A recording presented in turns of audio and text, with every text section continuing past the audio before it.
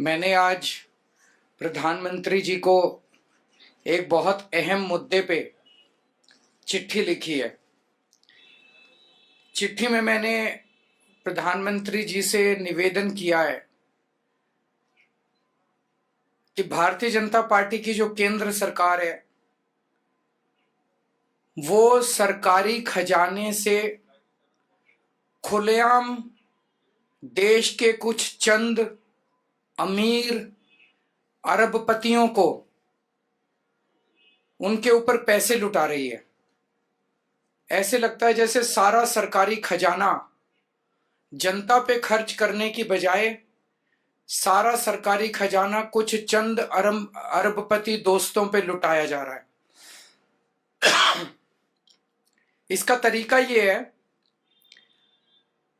कि जिस भी अरबपति दोस्त पे मेहरबान होना होता है पहले उसको सरकार से कर्जा दे देते हैं और 3-4 साल के बाद उस कर्जे को माफ कर देते हैं। तो एक तरह से सरकारी खजाने का सारा पैसा उस अमीर अरबपति के खजाने में चला जाता है, उसके अकाउंट में चला जाता है। पिछले 5 साल में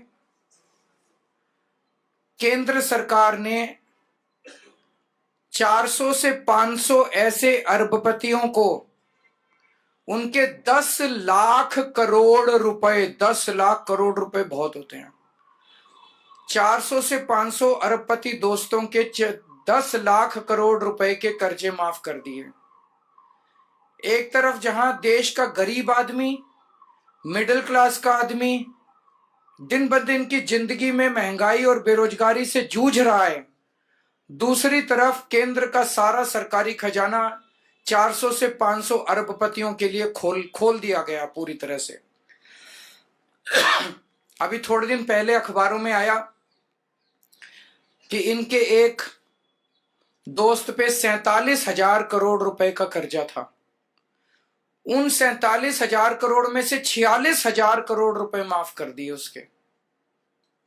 एक और के ऊपर 6,500 करोड़ का कर्जा था, उसमें से 5,000 करोड़ रुपए माफ कर दिए। ऐसे लग रहा है जैसे लुटाते जा रहे हैं, लुटाते जा रहे हैं। आप सोच सकते हो जैसे दिल्ली में मैंने महिलाओं की बस यात्रा फ्री करी, उस पे केवल और केवल 400 करोड़ रुपए खर्च हुए और उन्होंने एक ही आदमी के 46,000 करोड़ रुपए खर्च कर दिए, उससे 10 गुना एक आदमी को दे दिए और हमने दिल्ली की 1 करोड़ महिलाओं का बस का सफर फ्री करने पे बस 400 करोड़ रुपए खर्च किए। एक मिडिल क्लास का आदमी जो साल में 12 लाख रुपए कमाता है, उस पे केंद्र सरकार ने इतने टैक्स लगा दिए, वो इनकम टैक्स देता है, जीएसटी देता है, सर्विस टैक्स देता है, प्रॉपर्टी टैक्स देता है, एजुकेशन सेस देता है, कैपिटल गेन्स टैक्स देता है, रोड टैक्स देता है। ये सारे टैक्स अगर एक साथ किए जाएं तो 12 लाख इनकम कमाने वाला आदमी कम से कम 6 लाख रुपए अपनी आधी आमदनी सरकार को टैक्स के रूप में दे देता है और बदले में उसे क्या मिलता है? कुछ नहीं मिलता, कुछ नहीं मिलता। तो जब वो देखता है कि केंद्र सरकार, मैं तो टैक्स पे टैक्स दे रहा हूं, मैं तो 6 लाख रुपए साल के टैक्स दे दिए और मेरा 6 लाख रुपया अरबपतियों के यहां चला गया, मेरे को लूट लिया गया, तो वो बहुत दुखी होता है मिडिल क्लास वाला। इसलिए मैंने प्रधानमंत्री जी से इस पत्र के जरिए 2 निवेदन किए हैं।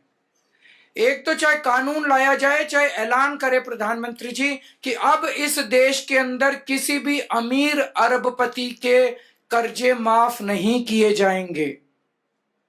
ये निर्णय लिया जाए, ऐलान किया जाए, कानून बनाए तो कानून बनाया जाए कि किसी भी अरबपति के कर्जे माफ नहीं किए जाएंगे। बहुत बड़ा स्कैंडल चल रहा है, देश को धोखा दिया जा रहा है, देश बहुत नाराज है, बहुत दुखी है पूरा देश कि सारा सरकारी खजाना उठा के अमीरों को दे दिया जा रहा है।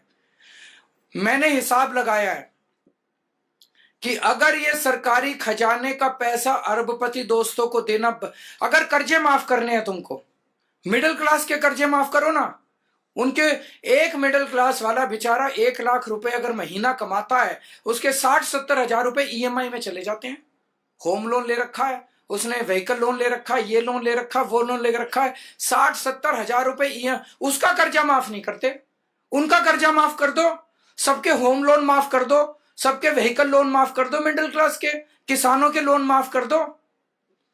लेकिन ये अरबपतियों के लोन माफ करना, कर्जे माफ करना बंद होना चाहिए। हम मांग करते हैं मिडिल क्लास के सारे ईएमआई माफ कर दो, किसानों के सारे कर्जे माफ कर दो। और मैंने हिसाब लगाया कि अगर अरबपतियों को पैसा देना बंद कर दिया, कर्जे माफ करना बंद कर दिया, तो देश के अंदर इनकम टैक्स की दरें हाफ की जा सकती हैं। इनकम टैक्स का रेट हाफ किया जा सकता है।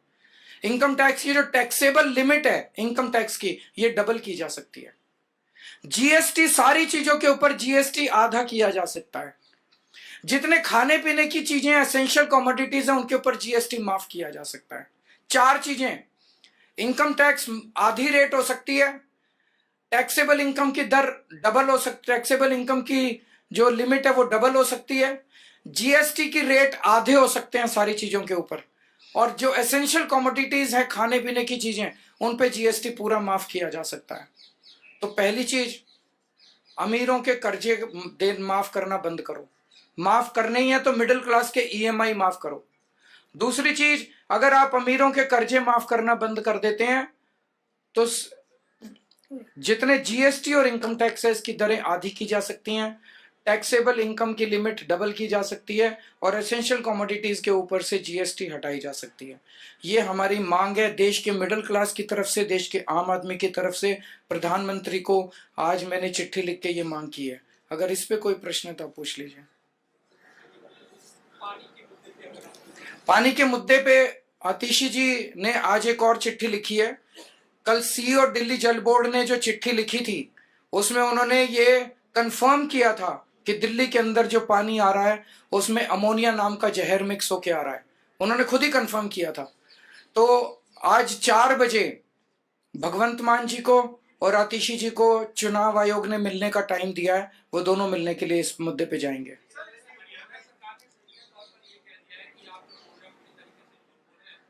ये तो सीईओ जल बोर्ड ने कल लिख के चिट्ठी में लिखा ही है कि अमोनिया ज्यादा आ रहा है। सैनी साहब, वो राजनीति ना करें, पानी के ऊपर राजनीति मत करो, पाप चढ़ेगा तुमको, लोगों की बद्दुआएं लगेंगी।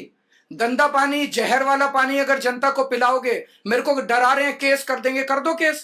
केस करने में कोई कसर छोड़ रखी है तुम लोगों ने? जेल भेज दिया, फांसी पे चढ़ाओगे मेरे को? कर दो केस।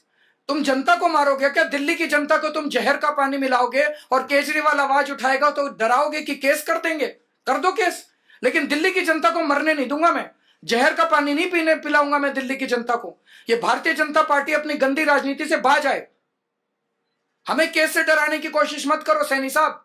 अपनी पार्टी को समझाओ कि ये गंदी, साफ पानी छोड़ो। पानी पिलाने का पुण्य होता है।